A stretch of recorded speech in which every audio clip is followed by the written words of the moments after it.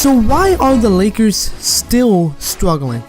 After the Lakers drafted Lonzo Ball and Kyle Kuzma and traded away their veterans in D'Angelo Russell and Timothy Mozgov, the Lakers were starting to look like a promising young team with tons of upside. I mean, think about it. When they drafted Lonzo, there was so much hype. There was so much hope for the Lakers. Fans everywhere were like, oh my god, the Lakers, they're coming back. Especially after that summer league, everyone thought that this is going to be a good year for Los Angeles. However, they started the season fairly well with a record of 8-13 through the months of October and November. However, they completely fell off in the month of December, going 3-11. The Lakers are 11-27, currently 15th in the Western Conference. They have the 12th best offense in the league and the 29th best defense in the league, and are on pace to have another lackluster season. So basically, they started off the season very well. I mean, pretty well. For a team that wasn't expected to do well, they started off pretty good. I mean, they were close to 500, they were fighting for a playoff spot, and then they completely fell off, in which now we're seeing them on the outside of the playoffs, near the bottom of the standings once again, and it's led to the question about what is wrong with the Lakers and why are they struggling. So the first problem with the Lakers is that they are absolutely horrendous on defense, as they currently rank 29th in the league, which is terrible, which I feel is attributed to the fact that this team is very young and they aren't being disciplined to play hard on that side of the ball. So it's 2 points here. First of all, being a young team in the NBA means that you have to learn how to do things. You need to learn how to adapt to this new style of play. I mean, of course, basketball is basketball no matter what level you play it at, but the intensity, the physicality all increases as you go up from level to level. And now at the highest level, it's for young players especially, it takes a while for them to learn this stuff. But a lot of that is attributed to the coaching. These young players need to be disciplined on how to play the game the right way, and I feel like the Lakers are not doing that. I mean, having the 29th worst defense in the league is atrocious. It is terrible, especially with all the young talent they have. They have guys who are capable defenders. Lonzo is a capable defender. Julius Randle's a really good defender. Brook Lopez, solid defender. Kyle Kuzma looks like a promising young defender. So they have the talent, but they're just not playing that well on the defensive side. So they have some good things about them. They're great on the offensive end, but if you're not good on the defensive end, then how are you going to win basketball games? And that is the problem with one of the biggest problems with the Lakers right now, that they are not playing hard on that side of the ball, which I feel is attributed to discipline. Now, obviously, there's two figures that you can talk about who to blame here, but the fact of the matter is the Lakers are not playing hard on the defensive side of the ball, which means it is affecting them in the sense of winning games, because if they can't outscore their opponent, they're not going to win any basketball games. So that's the first problem with the Lakers. The second problem I find with the Lakers is the lack of three-point shooting. As a team, they shoot 32%, which is dead last in the NBA. Now, as I mentioned this in last week's episode with the Thunder, less three-point shooting creates more congestion in the paint, and it reduces the spacing, and which reduces the team's overall offensive output.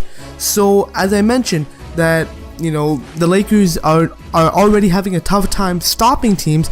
Well, if they have a tough time even scoring, well, now you see that things are only getting worse, where you see their problems are increasing and their success is decreasing.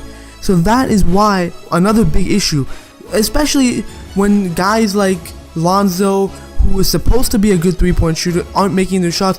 KCP isn't making his shots. So it's really frustrating, especially for the Lakers as an organization, to have these good three-point shooters who aren't making their shots. So that's another problem with the Lakers right now. The lack of three-point shooting is really hurting them, and especially in a time in the NBA where the three-point shot is one of the most important weapons on a team, it's a very, very bad factor to not have that as an asset in your arsenal. So that's another problem with the Lakers. Another problem with the Lakers is just too many distractions, man.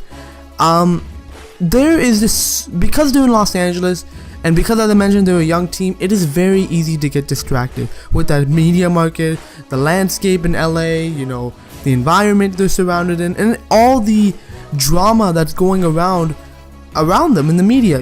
With free agency coming up, the Lakers are looking to sign Paul George, and LeBron James is potentially coming in. There's all these rumors going on of who's going to be on the team next year, who's not going to be on the team. And of course, there's LeVar Ball, who is saying things about the coach left and right. It's very distracting for the team, especially when they are trying to learn and try to, adapt to the NBA. Now they have all these extra noise saying that, oh, you may get traded for so-and-so, you may be let go for Paul George, oh, the coach might be fired, you may get a new coach you have to adapt to. So all these things is just so distracting, especially for a young team. And I feel that is one of the reasons why the Lakers are struggling this year, because the distraction is taking away their focus from learning the game of basketball to now focusing on the implications of these potential distractions. So that's why another reason why I feel that the Lakers are still struggling, at the fact that they are constantly being distracted by things that they don't really need to be distracted with, So that's another reason. And finally, the last reason why I feel that the Lakers are struggling, and this to me is the important one, is the lack of leadership on this team. As I mentioned, this team is very young, meaning the majority of their players are still learning how to play in the league. So the Lakers are struggling because they don't have an authority figure to keep them in check. Now I know this is usually the coach, or there is a veteran player, as I was just saying about how the Lakers are terrible on defense because they're not disciplined enough. Now this is where I'm talking about. There are two types of figures who are capable of disciplining a young roster. It's either A, it's the head coach, or B, it's a veteran. A star veteran who knows how to play the game the right way. Now the Lakers do not have the veteran. They don't have a veteran who is capable, who has the star power, who has the cachet to show these young players by example that, hey, this is how you do things the right way. So, which puts the blame on the coach. Now, I'm not saying that Luke Walton has been doing a bad job with the Lakers. I think he's been doing a pretty solid job. I was gonna say great, but I'm gonna retract that. I'm gonna say he's been doing a solid job, because the fact of the matter is this team still has some good things going for them. They are 12th and they have the 12th best offense in the league. They move the ball really well. I believe they're top 10 in assists. And if they shot the three well, then they would be really good in that department as well. But they have good things, but it's just the little things that Luke Walton, I feel like, isn't stressing enough. So, like for instance, they average 16.5 turnovers a game, which is second last in the NBA. This is a type of stat that only comes on a team that's that's making stupid mistakes. A team that's not taking care of the ball. This is something like a solid veteran or a coach would be hammering on their team, being like, yo, we should be taking care of the ball. We should be making every single possession count. And I feel like Luke Walton is not doing that for the Lakers. Doesn't mean that he can't. I'm not saying that Luke Walton should be fired, because that is the perception going on right now, that people are saying that Luke Walton should be fired. I say no, because he's still a young coach himself. He's still learning how to develop a team. So I feel like he's been doing a solid job with the Lakers, no doubt about it. But I feel like there's things that he needs to learn as a coach and really adapt into his style, so that he can truly put his foot down and be able to discipline these young players so that they don't make these mistakes. They don't have these mental lapses that they on the defensive end that's costing them precious basketball games in the process. So to me, these are the problems of the Lakers right now. They have a lot of problems as a young team, but it leads to the question now, how can this team improve? How do you take all these negatives that I just pointed out and turn them into positives? Well, first of all, the Lakers team needs to get some quality veterans on this team who can come in and lead this team on both ends of the floor, preferably someone defensive minded. Now I feel like in order for the Lakers to do that, they need to trade up some valuable assets in Jordan Clarkson and Julius Randle, for instance. Now, Jordan Clarkson, I feel like needs to be traded for a couple of reasons. First of all, the Lakers aren't utilizing him properly because he is a sixth man on the Lakers. Now, yes, he can score, but truly, Jordan Clarkson deserves better. He is a talented player, someone who has worked his way up and should be given starter minutes, or should be at least playing on a contender where he can now take his game to the next level. So I feel like the Lakers, it's about time, because the timelines for Clarkson and the Lakers aren't meshing anymore. Because now Clarkson is about to enter his prime and he needs to experience winning basketball in order to take his game to the next level. So I feel like they need to trade Clarkson. Plus, his contract extension, I believe, will be kicking in after next season. So the Lakers may want to shed that salary before it takes an effect. Also, Julius Randle is another name I bring up because Julius Randle has been in trade rumors for a while, and I feel like at this point Julius Randle just wants out of LA and he wants to get into a situation just like Clarkson, that in a winning environment where he can truly develop his game. Julius Randle's a solid player, but I feel like he can get even better in the right situation. So, as I was just mentioning, that they need quality veterans. Now, when I say quality, I mean veterans who have the star power, who have the cachet to come in and lead the Lakers on both ends of the floor. I want meaning defensive-minded players who can play both on the offense and the defensive end. So, there's a few destined trade partners that I feel like the Lakers should consider. The first being a possible trade to the Utah Jazz, in which the Jazz would receive Clarkson and Randle in exchange for Rodney Hood and Derek Favors going to LA. I feel like this is a good move because, first of all, you know, if the Jazz acquire Rodney Hood, if the Jazz acquire Jordan Clarkson, they won't have a need for Rodney Hood anymore. And Rodney Hood, I feel like, is the type of player who can lead an offense. He's a solid young player who will fit in with the Lakers very well, and I feel like he's also one of those kind of guys who, playing under Quinn Snyder in Utah, will be able to show that defensive first mentality that he learned there in his time in Utah. And Derek Favors, one of the best shot blocking big men in the league right now, one of the best defensive big men in the league. Derek Favors will help the Lakers a lot on the defensive end. So I feel like by getting these two guys, the Lakers are not only improving themselves on the offensive end, but they're also, you know, improving their defense as well by bringing in guys who will help motivate the Lakers players around them and be able to motivate the team to play harder on that side of the ball. So that's one trade option. The second option that I feel like it's very unlikely to happen, but it could happen. The Lakers could trade with the New York Knicks, in which they would send Jordan Clarkson, Julius Randle, and Ivica Zubac to the Knicks in exchange for Courtney Lee, Lance Thomas, and Willie Hernan-Gomez. Now, the reason why I say that trade to the Knicks is a great thing for Clarkson and Randle and Zubac, because the Knicks are looking at rebuilding. They are clearly looking for a go-to scorer to put next to Porzingis, and I think Clarkson fits that bill. And I think Clarkson's a guy who will fit really nicely with Porzingis and be able to be that secondary scorer the Knicks have been looking for. Randle will fit well with Porzingis because Porzingis can spread the floor for Randle, so Randle will have space to operate in the paint. Zubac, I feel like he was just thrown into the deal because his salary will be able to match. So I feel like this is a good package for the Knicks.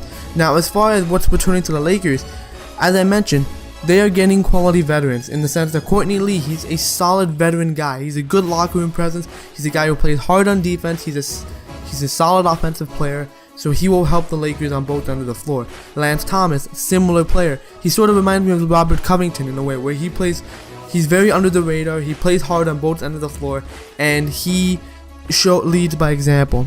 And Hernan-Gomez, I feel like, isn't getting the opportunity he deserves in New York. He's a solid player and he proved himself in his rookie season, but because the Knicks have so many big men right now, they don't have room for him. So I feel like on the Lakers, Willie Hernan-Gomez will have some more opportunity to shine and be able to get more minutes with the Lakers. So I feel like, although I feel like this trade will not happen because I don't think that the Knicks would give up all three of these guys, but it is a possibility, and I feel like it could work out for both sides if this happens. And finally, the last trade that I feel like the Lakers could look into is a trade with the Dallas Mavericks for Julius Randle going to the Mavs in exchange for Nerlens Noel. This is a trade that's been reported and talked about a lot to happen, but for me, I feel like this will be good for the Lakers in the sense that they'll be improving their defense. I don't think Noel is the kind of player you want as a leader, but Noel is the kind of player the Lakers are looking for. A defense mentality, a defensive first mentality, a guy who will be able to he won't be a focal point in the offense, but he'll be someone who can get offensive rebounds, be able to defend, do the things that the Lakers aren't doing so well right now. So I feel like this is sort of the weakest trade out of the three, but it is a possibility. But this is sort of the idea where the Lakers need to get quality veterans to surround their young players to lead them in the right direction. The second thing that this team needs to do is this team needs a steady bench unit, as currently this team has one of the worst bench productions in the league. So by trading for a quality two-way rotation players, it will really help this team with more consistent when switching lineups. So as I mentioned this with the Thunder in last week's episode, where when you're going from your starters to your bench unit, there should not be a drop-off. That is the ideal scenario. This is what we see with Golden State and what we saw with Cleveland in a month ago or so, where when the starters go off and the bench unit comes in, you don't see a difference. That's something that the Lakers do not have. They don't have that balance because the starters, if they play really well, the bench sort of wavers. They can't hold that torch for very long. They'll fizzle out and they'll eventually drop it and be able to create a hole for the starters to come back in and fix.